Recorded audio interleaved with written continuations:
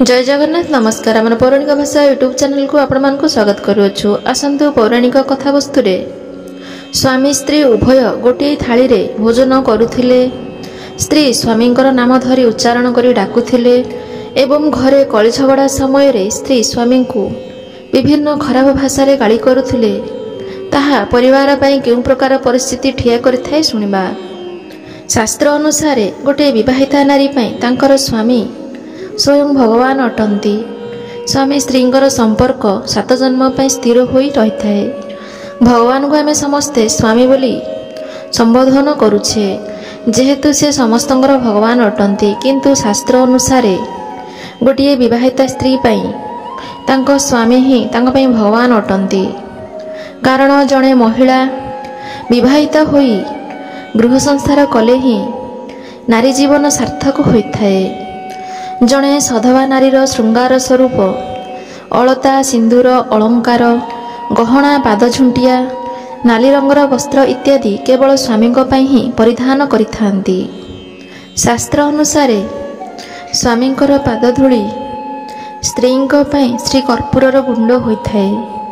स्वामींकर समस्त स्नेह श्रद्धा स्त्रींको पई भगवानंकर चंदन परी होइथाए एवं स्वामी खाइथिबा खाद्य बड़का खाद्य जड़े विवाहिता सधवा स्त्रींको पई महाप्रभुंकर महाप्रसाद स्वरूप लागिथाए।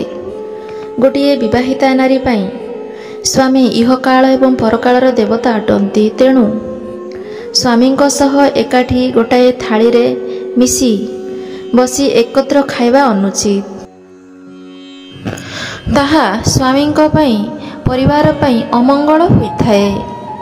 जेपरी भगवान पाखरे भोग लगी कला परे आमे समस्ते प्रसाद स्वरूप भोग को ग्रहण करुछे, ठीक सेहीपरि स्वामी सर्वप्रथमे घरे भोजन करवा उचित। स्वामींकर बड़का खाद्य जहाकू शास्त्र रे उचिष्ट कुहा जाए ताहाकू स्त्री ग्रहण करवा उचित। अर्थात स्वामी खाउथिबा खाद्यरु जदि किछि खाद्य बळी जाय थाए ताहाकू जदि स्त्री ग्रहण करिथांती तेबे अति पुण्य प्राप्त करिथांती।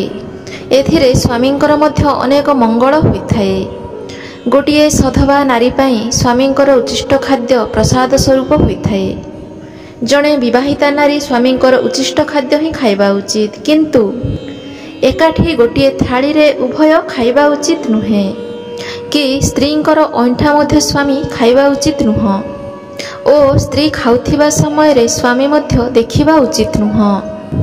घरे स्वामी स्त्री झगड़ा करिबा समय रे स्त्री रागी जाई स्वामी को आजिकाली विभिन्न भाषा रे मध्य गाली करुछंती, ताहा ठीक नुह।